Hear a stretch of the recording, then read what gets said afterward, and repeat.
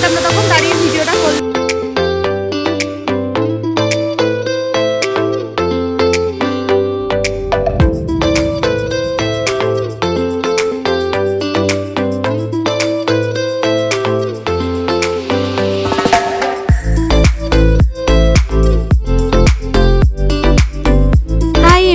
Good morning, সবাই কেমন আছো? আশা করি তোমরা খুব ভালো আছো। আমিও ভীষণ ভালো আছি। আর আমি প্রিয়া, আমার আরও একটি নতুন ব্লগে তোমাদের সকলকে জানাই অনেক অনেক অনেক স্বাগত।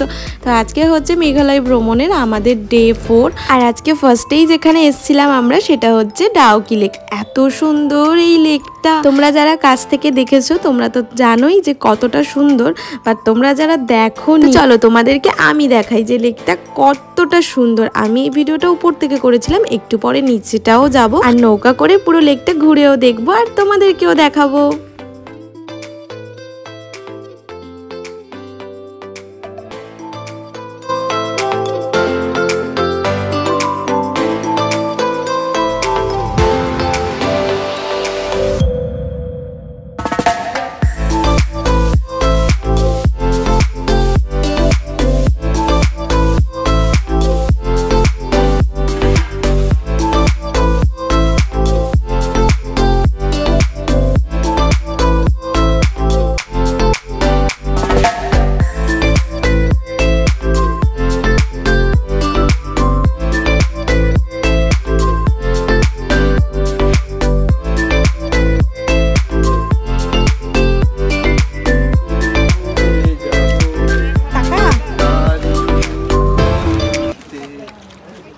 এদিক দিয়ে করছিস, এদিক দিয়ে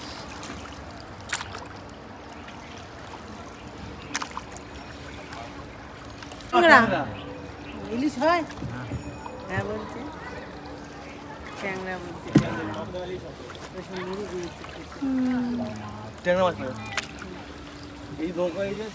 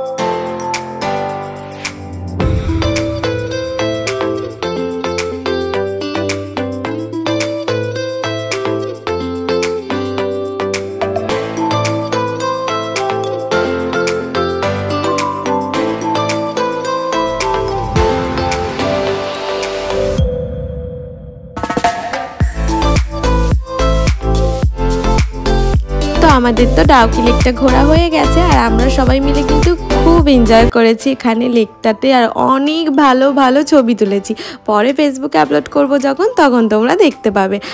আর এই যে উপরটাতে আমরা এখন চলে এসেছি, আর এখানে কিন্তু অনেক হোটেল আছে, জুসের দোকান আছে আর কেক বিস্কিট সব কিছুর দোকানই মোটামুটি এখানে আছে। তো আমরা যেহেতু এখান থেকে এখন অনেকটা যাব, নেক্সট আমাদের যে ভিউ পয়েন্ট আছে সেটা অনেকক্ষণ টাইম লাগবে যেতেও। তো আমরা এখান থেকে টুকটাক সবাই কিছু খাবার দাবার কিনে নিচ্ছিলাম।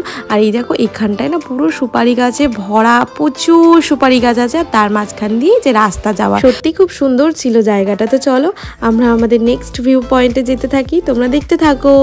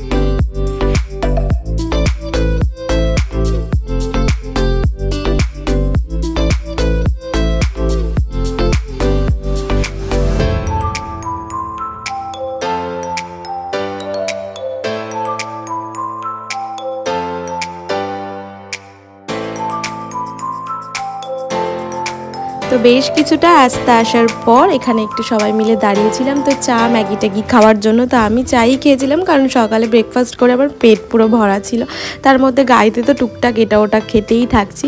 যাই হোক, এখানে যে রেস্টুরেন্টটা দাঁড়ানো হয়েছিল তার এই জানালা দিয়ে ভিউটা এত সুন্দর লাগছিল, পুরো ভিউটা দেখা যাচ্ছিল কি সুন্দর পাহাড়।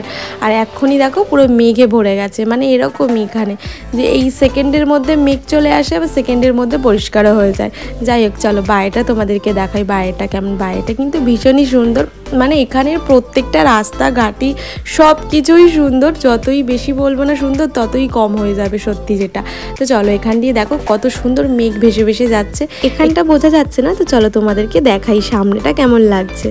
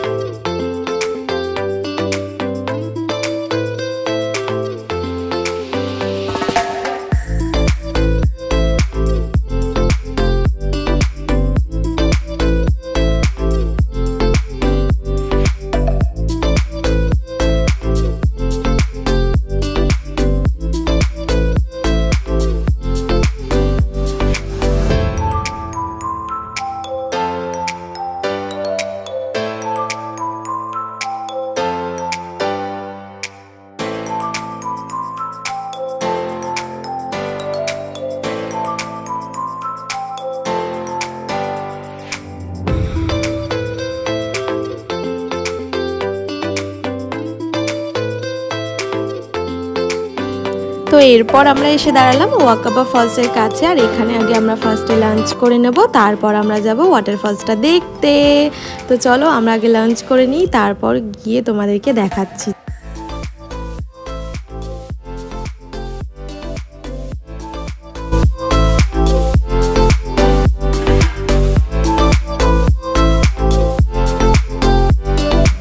তো লাঞ্চ করে এবার হচ্ছে আমরা নামা শুরু করলাম নিচের দিকে। আর অনেকটা নিচে নামতে হবে ওয়াকাবা ফলসটা দেখতে, অনেকটাই নিচে। আর যারা একটু এজের তাদের তো ভীষণই প্রবলেম, এই সিঁড়িগুলো একদম মানে সোজা নয়, মানে এবড়ো খেবড়ো ভীষণ। আর কোনো কোনো জায়গাতে তো সিঁড়িও নেই, বড় বড় পাথর। আর এখানটা তাও একটু ভালো, এরপর আস্তে আস্তে আরও যত নিচে নামবো তত আর পুরোটাই পুরো ঢালু, মানে একটু সমান নয়, মানে খুবই কম একটু একটু। আর অনেকটা নিচে নামছি, এখন তো মানে কিছু মনে হচ্ছে না, কিন্তু ওঠার সময় যে কি মজাটাই লাগবে সেটাও তোমরা দেখতে পাবে। ভীষণ কষ্ট হয় ওঠার সময়, নামার সময় অতটা বুঝতে পারি না, কিন্তু উঠতে গেলে পুরো শ্বাসনালী ফুলে যায়, দম নেওয়া যায় না। আর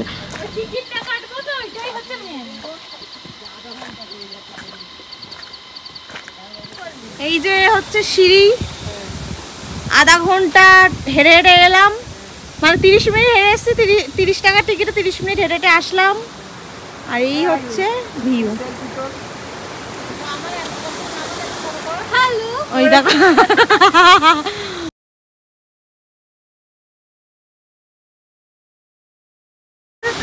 ও মানে এই ঝর্ণাটা হচ্ছে নিচে পড়েছে, ওই সাইডে হচ্ছে এই সাইডটা হচ্ছে ভিউ পয়েন্টটা আছে। তো ওখানটায় গিয়ে তখন তোমাদেরকে ঝর্ণাটা দেখাবো।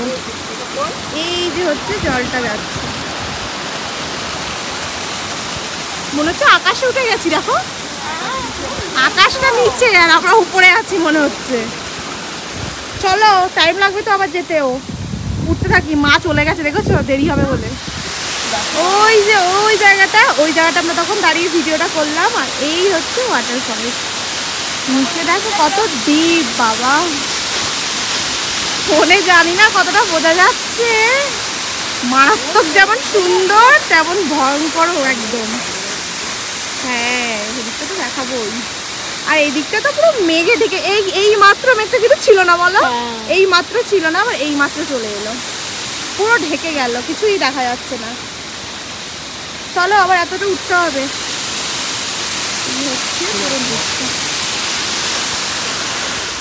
তো এরপর এসে আমরা দাঁড়ালাম মাউসমাই ক্যাবে। তো এই জায়গাটাও ভীষণই সুন্দর, যদিও আমি তোমাদের সাথে পুরোটা শেয়ার করতে পারলাম না, কারণ এখানে আমি শপিং করতেই ব্যস্ত হয়ে পড়েছি, পুরোটা তোমাদেরকে দেখানো হয়নি। যাই হোক, এই জায়গাটাও ভীষণই সুন্দর। আর এখানে প্রচুর সুন্দর সুন্দর ব্যাগ দেখে আমার মানে ঢোকার মুখেই একদম ব্যাগগুলো দেখে না আমি আর কি বলবো, মানে মনে হচ্ছে এখানেই আমি দাঁড়িয়ে গেছি। মানে প্রত্যেকটা ব্যাগের কালেকশন এত সুন্দর ছিল, কিন্তু দামটাও অনেক অনেক অনেক বেশি ছিল। যাই হোক, তোমাদের সাথে একটু শেয়ার করি, চলো দেখো তোমরাও।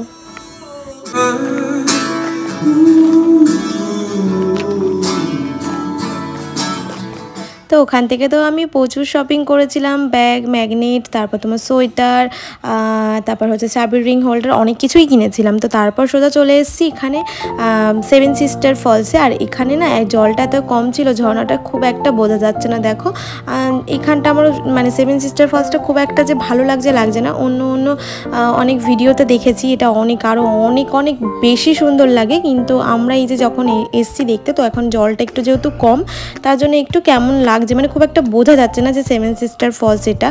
যাই হোক, খুব ভালো লেগেছে বলবো না, মোটামুটি ভালো লেগেছে।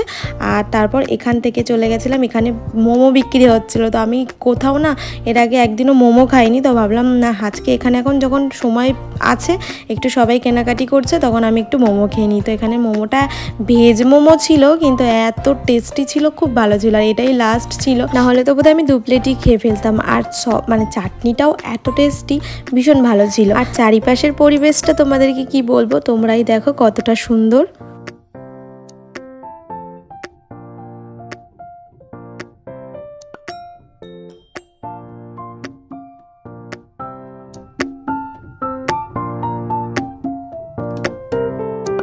তো এরপর চলে এলাম আমরা হোটেলে। তো আজকে রাতটা এখানেই আমরা থাকবো। চলো তোমাদের সাথে একটু হোটেলের রুমটা শেয়ার করি।